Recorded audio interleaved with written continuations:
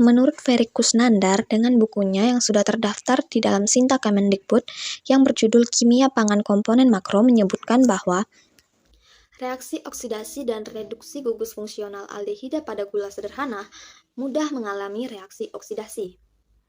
Gugus aldehida dapat teroksidasi menjadi gugus karboksil.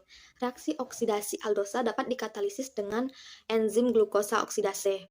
Dan menurut Indriani dan kawan-kawan pada tahun 2021 melalui buku ajarnya yang sudah terdaftar di Sinta Kemendikbud yang berjudul Senyawa Organik dalam Bioproses menyebutkan oksidasi setiap jenis alkohol memberikan reaksi yang berbeda terhadap reaksi oksidasi.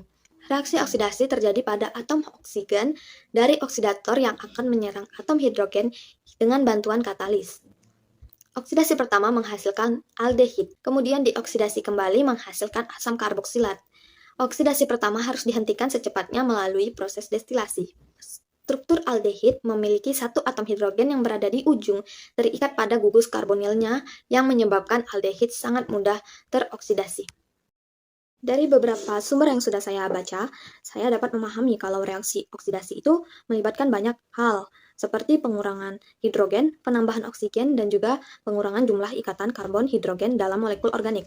Contoh umum dari reaksi oksidasi dengan penambahan oksigen adalah oksidasi alkohol menjadi aldehida atau asam karboksilat.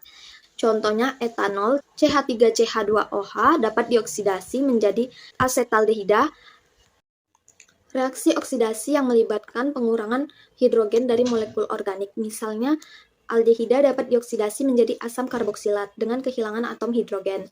Sebagai contohnya, asetaldehida CH3CHO dapat dioksidasi menjadi asam asetat CH3COOH dengan kehilangan atom hidrogen.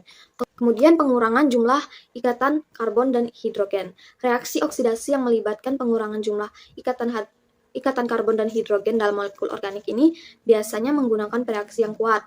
Misalnya, hidrokarbon jenuh seperti alkana dapat dioksidasi menjadi alkohol atau bahkan menjadi asam karboksilat dengan kehilangan atom karbon hidrogen.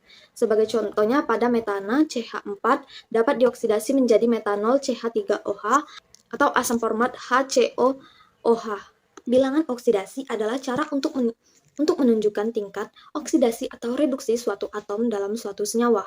Reaksi oksidasi pada senyawa organik seringkali memerlukan penggunaan pereaksi oksidator, seperti asam kromat H2CrO4, asam permanganat KMNO4, atau kalium dikromat K2Cr2O7 yang memberikan oksigen atau menerima elektron dari senyawa organik untuk menyebabkan oksidasi.